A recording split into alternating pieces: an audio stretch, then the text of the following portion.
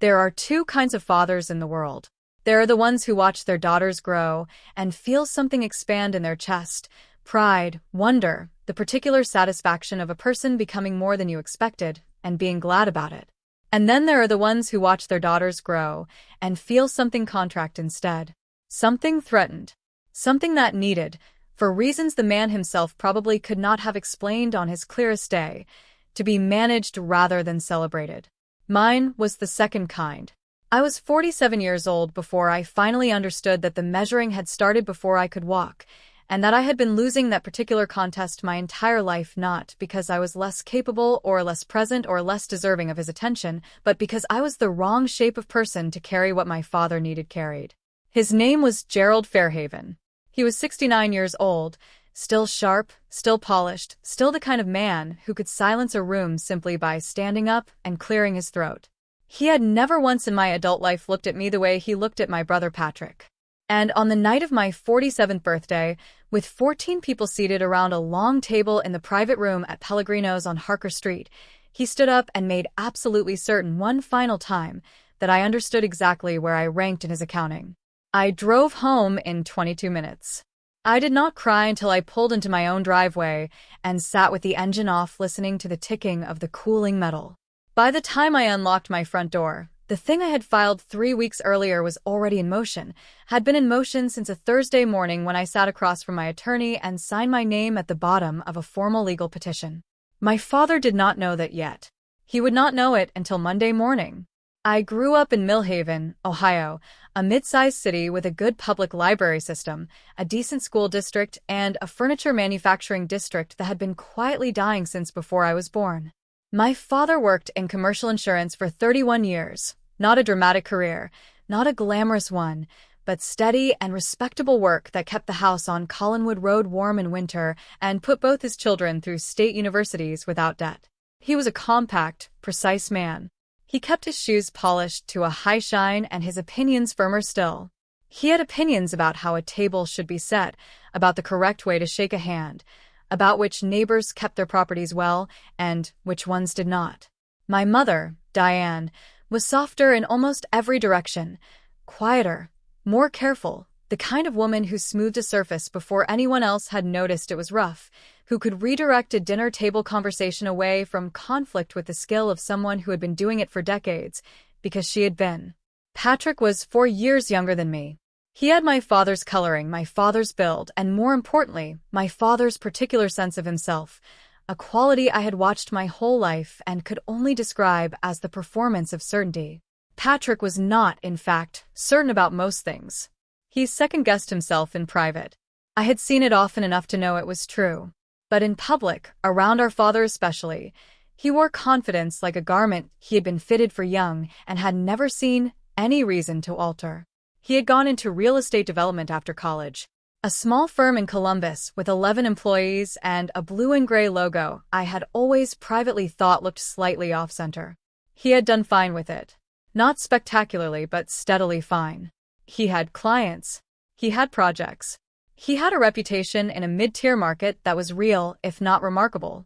My father discussed Patrick's business the way other men discussed championship sports teams, with a fierce, almost devotional investment that bore almost no relationship to the actual scoreboard. I was a licensed structural engineer. I had spent 19 years at Brackman and Holt, a mid-sized civil engineering firm with offices in Millhaven and Columbus. I had project managed the renovation of 2 aging highway bridges, a pediatric hospital annex in Westerville, and a historic civic building in downtown Millhaven that had been photographed for 3 separate architecture publications.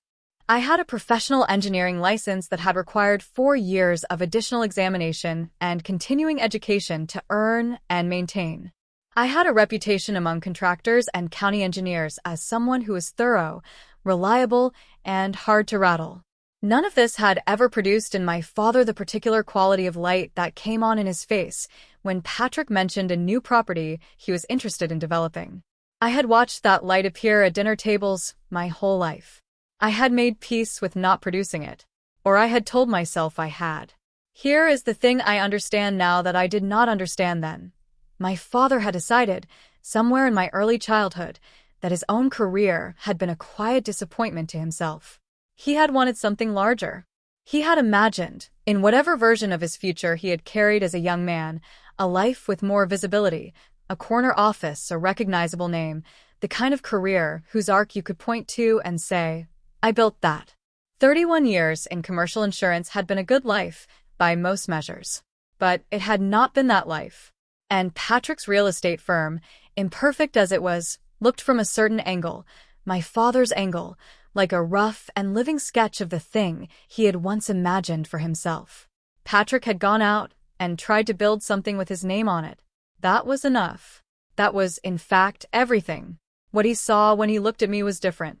He saw a woman who had built a career competently and independently, without asking for his guidance, without needing his approval as fuel.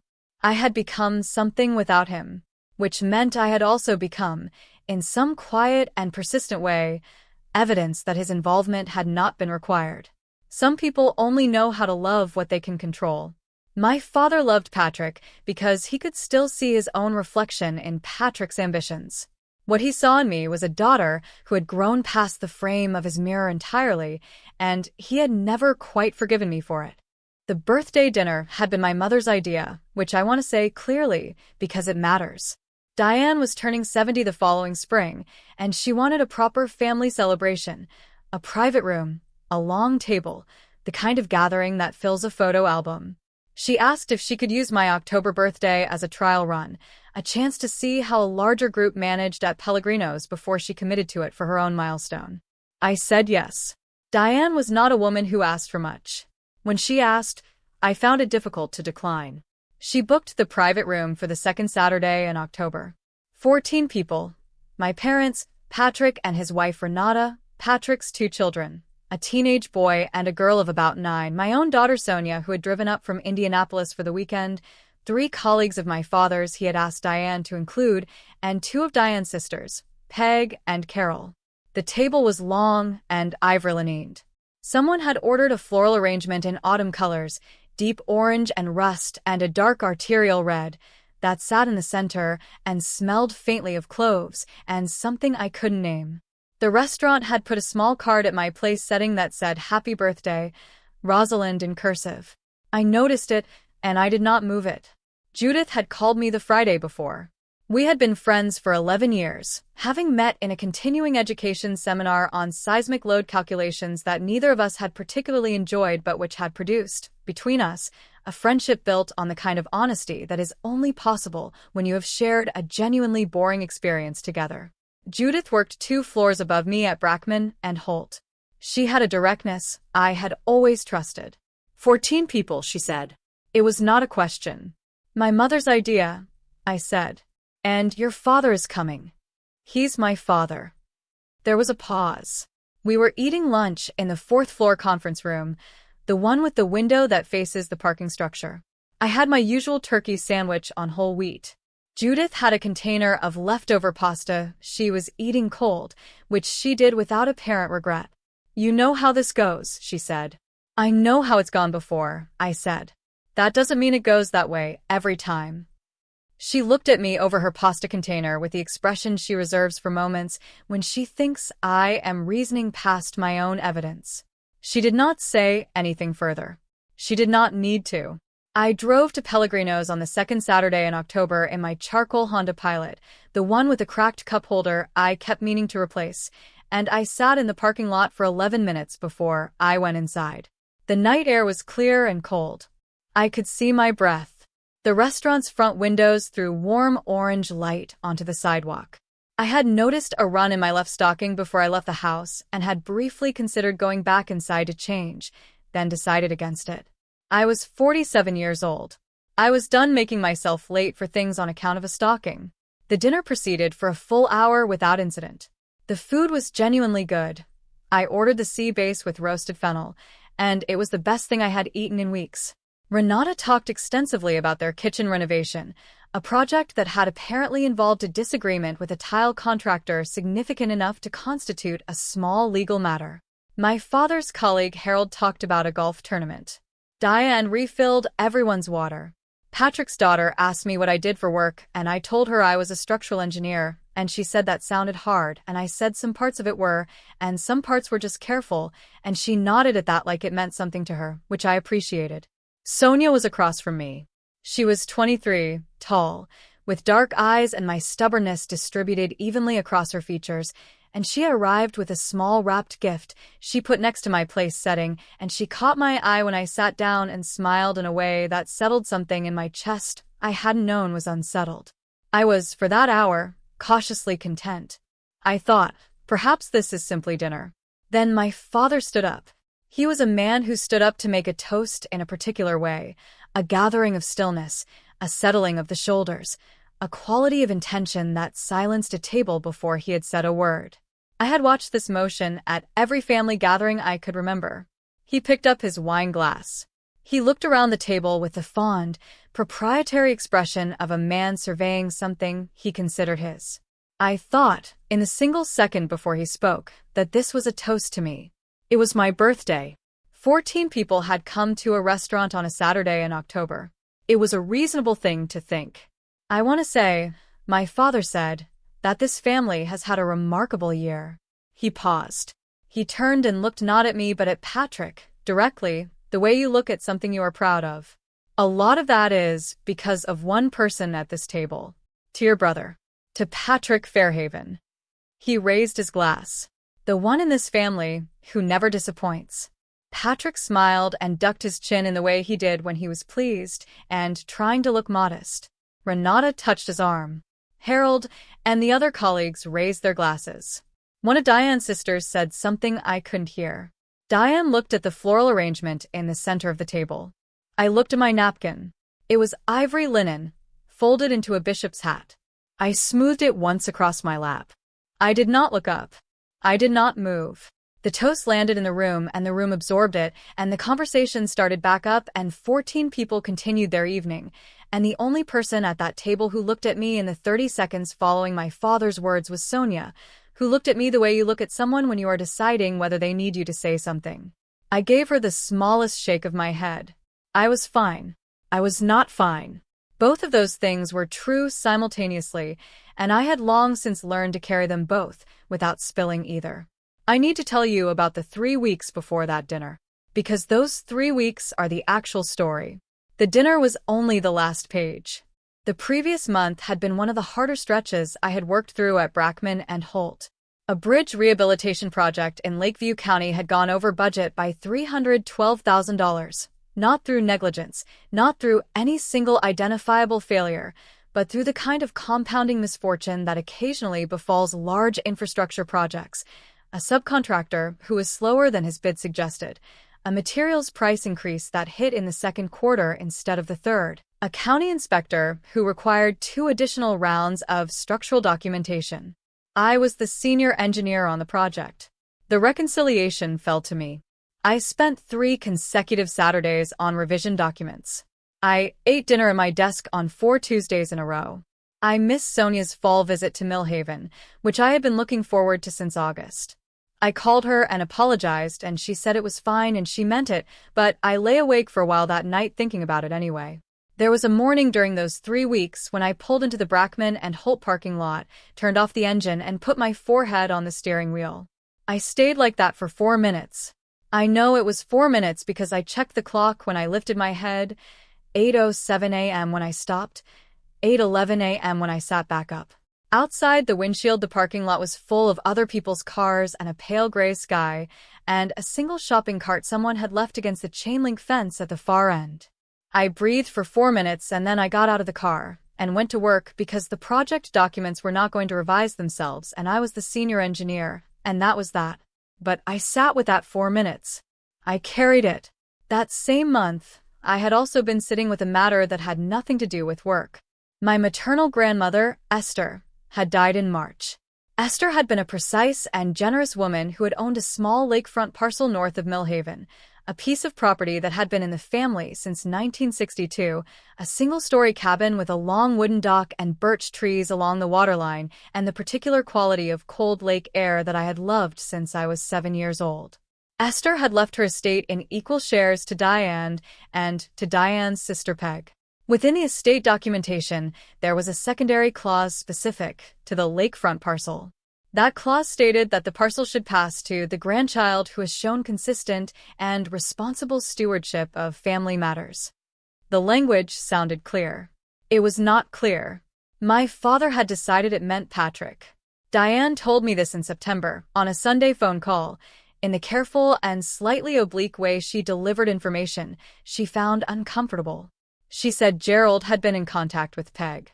She said Gerald had made the case that Patrick, as a grandchild with an active development business, was the natural inheritor of property that might eventually be developed. She said Peg had not disagreed, at least not yet.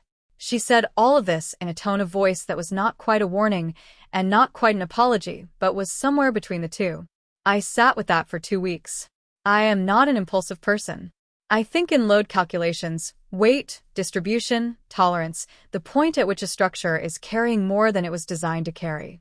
I was also, by that point, 11 months into working with a therapist, a woman named Dr. Amara Osei, whose office was on the 3rd floor of a building on the south side of Millhaven, and who had, in our August session, said something I had written on a post-it note and pressed to the frame of my bathroom mirror, where I had been reading it every morning since. Choosing not to act is also a choice. Be honest with yourself about which one you are making. I thought about that sentence for 2 weeks. Then I called Carly. Carly Osei, no relation to my therapist, a coincidence that had amused us both when I mentioned it, was an estate and property attorney I had known since 2019, when we had sat next to each other in a continuing education seminar on contracts. She was methodical, unsentimental, and direct in a way that I found deeply reassuring. I called her on a Wednesday. I sat in the small conference room on the 4th floor at Brackman and Holt on my lunch hour, with my legal notepad and my Earl Grey tea in the tin with the small dent pressed into the lid from when I had dropped it in my car 2 winters ago. I told Carly what I knew. She asked 4 questions. She told me what my options were without editorializing, which is what I needed. I had, as it happened, spent 9 years attending to the lakefront property after Esther's health began to decline. I had arranged the seasonal maintenance. I had coordinated repairs, a new roof section in 2019, dock boards replaced in 2021, a water pump that gave out in the spring 2 years ago and had to be replaced before the pipes froze. I had the receipts. I had a handwritten ledger in my kitchen drawer that I had started keeping in 2016, recording every visit, every cost, every phone call to the county assessor's office about the property taxes. I had kept it the way I kept everything, methodically, without fanfare, because it was the responsible thing to do, and I was the grandchild who had been doing it. 3 weeks before my birthday dinner, I sat across from Carly in her office and signed a formal petition asserting my claim to the lakefront parcel under the terms of Esther's secondary clause. Carly filed it on Thursday morning. The filing fee was $347. I put the receipt in the porcelain bowl on my kitchen counter where I keep my keys. I went back to work. I told no one. I sat at that birthday table for 41 minutes after my father's toast. Not because I was afraid of leaving. Not because I was rehearsing my exit or working up the courage. I sat for 41 minutes because Sonia was across from me, eating the chocolate torte the restaurant had brought out with a single candle, and I watched her, and I thought about what it means to let a person finish her dessert in peace. She had driven 3 hours. She had brought a wrapped gift. She had smiled at me when I sat down in a way that settled something. I was not going to take that from her by leaving before the candle was blown out. So I sat. I watched my father at the other end of the table, where he was talking to Harold about something I couldn't hear. I watched Diane redistribute the floral arrangement, so it wasn't blocking anyone's sightline. I watched Patrick's daughter draw something on a paper napkin with a pen she'd found in her coat pocket. I ate the last of my sea base. I drank the rest of my single glass of Barolo. I sat with the particular quality of quiet that settles over you when you have already made a decision, and the decision is good, and all that remains is the timing. At 8:32 p.m. I picked up my evening bag from the back of my chair. I pushed back from the table. The movement was deliberate and unhurried, and it drew attention the way deliberate, unhurried movements do. My father looked up. Rosalind. A pause. Sit down. I said, "Good night, Dad." I said it the way you say something when you have been practicing the exact right tone for 3 weeks without realizing you were practicing. Quiet. Level. Not angry. Not performing anything. Just 4 words, and then I picked up my keys from inside my evening bag where I had placed them so I would not have to search for them, and I kissed Sonia on the top of her head, and she looked up at me with an expression I will carry for a long time. Not sad, not alarmed, but awake, the expression of someone who has just understood something they had suspected for years and are not sure yet whether to be relieved or grieved about it. I said I would call her in the morning. She nodded. I walked past the floral arrangement. I walked past Harold and the colleague whose name I never caught. I walked through the door of the private room and down the short hallway to the coat check, where I collected my navy wool coat, the one with the missing third button that I had sewn back on twice, and I walked out through the restaurant's front door into the cold October air on Harker Street. I stood on the sidewalk for a moment. The street was quiet. The orange light from the restaurant windows fell across the pavement. I could feel the cold on my face and the run in my left stocking and the particular clarity of a person who has just closed a door she had been standing in front of for a very long time. I sat in my car for 3 minutes. Then I drove home. My father called at 9:14 p.m. I was standing in my kitchen in stocking feet, coat still on, looking at the porcelain bowl on the counter where I had dropped my keys. I watched his name on the screen, and I let it ring. It rang 4 more times that night. I went to bed at 10 o'clock. I slept for 7.5 hours, which was the most unbroken sleep I had gotten in 3 weeks. In the morning I called Sonia first. "You okay?" she said. "Better than okay," I said. "How are you?" There was a pause. Then, carefully, "What did you do, Mom?" I told her about Carly, about the filing, about Esther's secondary clause and the 9 years of maintenance records and the handwritten ledger in my kitchen drawer and the $347 filing fee receipt in the porcelain bowl. I told her I had filed it 3 weeks before the dinner. Sonia was quiet for a moment that stretched long enough for me to wonder what she was thinking. "Does Grandpa know?" she said. "He does not," I said. Another silence. Then, slowly, "Good." She said it the way you say something when you have been waiting a long time to say it, and you are being careful not to say too much. "Okay," she said. "Good." My father called 7 times on Sunday. I did not pick up. On Monday morning at 8:03, Carly called to tell me that Gerald Fairhaven had contacted her office. "He wants to know the grounds," she said. 9 years of documented property maintenance, I said. "The full record is in the green folder I sent you in September." "I have it," she said. "It is very thorough." "I'm an engineer," I said. She laughed, a brief, warm sound. "I'll inform his representative that we'll respond in writing," she said. "Sit tight." The calls from my father continued for 3 weeks and produced 11 voicemails. I listened to each one. Most of them were variations on 4 or 5 themes. I was overreacting. I was making a family matter into something adversarial and unnecessary. He had not meant anything hurtful by the toast. I was embarrassing the family. He was disappointed in me. He expected better from me. This was not the daughter he raised. The 11th voicemail arrived on a Tuesday evening at 6:47 p.m., while I was sitting on my couch with a structural report in my lap and the Earl Grey tin open on the coffee table, and this one was different. His voice was quieter. The performance of certainty had thinned to something closer to actual bewilderment. He said, "I don't understand what I did that was so wrong to you. We have always supported both of our children. I have always been proud of both of you." He paused for long enough that I thought the message had ended. Then, "I would like you to call me back, Rosalind." I listened to it twice. I set my phone face down on the couch cushion. I thought about the word both. The way he said it, "proud of both of you," as though it were a verifiable fact, a public record anyone could look up. I thought about 14 people, and a glass of wine raised in the wrong direction, and a napkin I had smoothed and re-smoothed across my lap.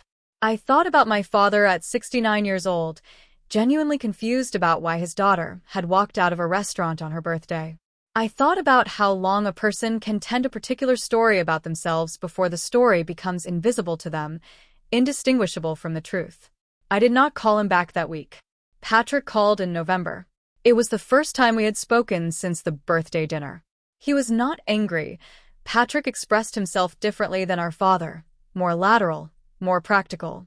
He said he thought we should talk about the property. I agreed.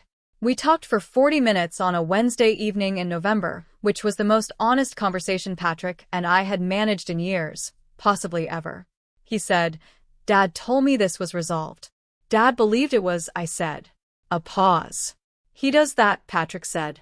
His voice carried something I had not expected. Not quite apology, but something adjacent to it. Recognition, maybe. The sound of a person who knows a pattern well and is tired of it. "He does," I said. We did not resolve everything in that call. We did not resolve most things. But we agreed to keep talking, which was more than we had been doing, and I held on to that as the modest, useful thing it was.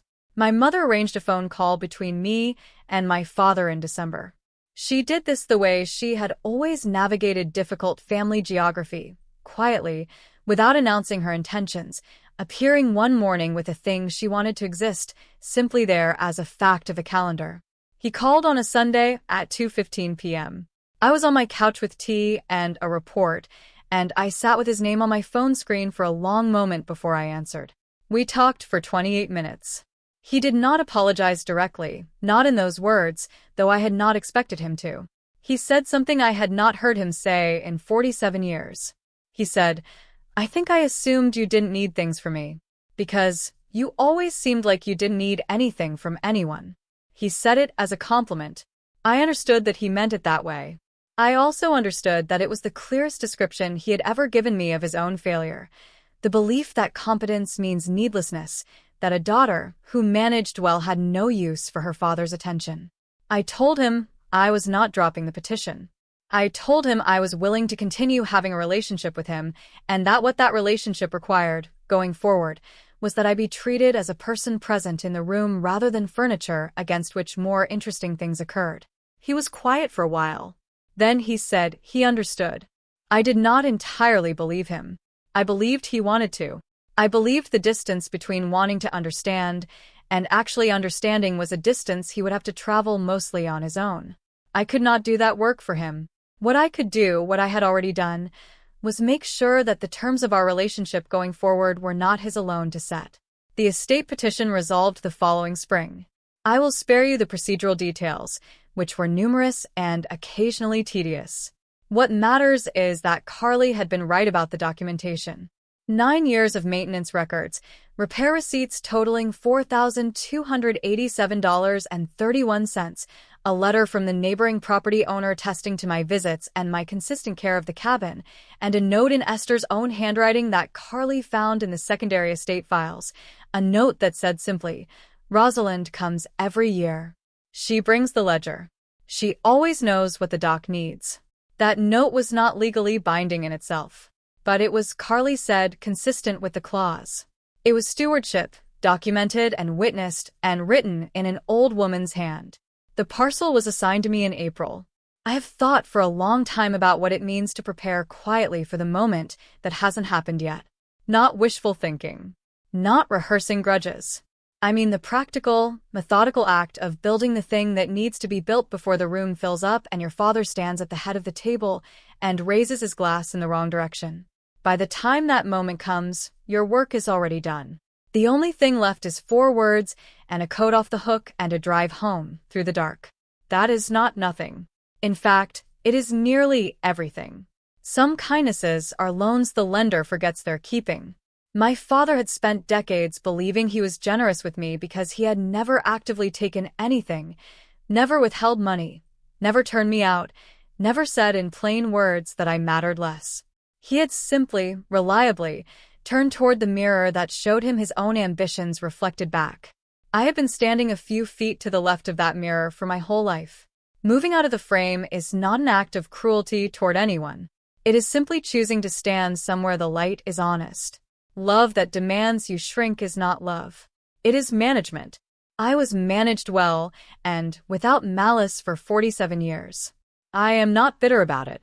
Bitterness would require the belief that it should have gone differently, and I am not certain it could have, given who my father was and what he needed, and how early those needs had calcified into habit. What I have instead of bitterness is clarity. Clarity is worth more and costs less. Forgiveness is not access. Understanding is not reunion. I have given my father something smaller and more honest than the open door he wanted. The truth that I am still here, still willing, still present, on terms that do not require me to disappear into the background of my own life. That is a different thing from what we had before. I believe it is a better thing. I am not certain yet. I am willing to find out. Family without respect becomes entitlement, and entitlement grows teeth the moment you build something it cannot reach. I built something over 19 years of bridge work and 9 years of dock boards and a handwritten ledger in a kitchen drawer. I built it without announcing it, without asking anyone to notice, because the building was the point, and the noticing was never guaranteed. My father could not undo what I had built. That is not a punishment. That is just the structure bearing the load it was designed to bear. I drove up to the lakefront property in February, before the transfer was finalized, on a Saturday morning when the temperature had not risen above 12 degrees and the lake was a flat sheet of gray-white ice. I stood on Esther's dock, my dock, or very nearly, and I looked at the birch trees and the frozen water, and I thought about being 7 years old and the particular smell of cold lake air coming off the ice and my grandmother saying my name in 2 clear syllables, like a person who had time for the whole word. I stood there for a long time. The cold was clean. The birch trees were bare and white, and the dock boards were solid under my boots. I thought about nothing that needed fixing right then. I thought about nothing that needed carrying. I breathed in and out until the air stopped stinging, and then I walked back to my car and drove home. If you have ever sat at a long table and watched someone raise a glass in the wrong direction, if you have ever been the person who holds the room together while someone else gets the toast, I want to ask you something. Not what you would have done in my place. You probably already know what you would have done if you had had 3 weeks and a good attorney and a handwritten ledger and the clarity that comes from 11 months of sitting with someone who asks you the right questions. What I want to ask is this: how long have you been building the thing you haven't told anyone about yet? And do you know, in the quiet part of yourself where the real accounting happens, that it is almost ready?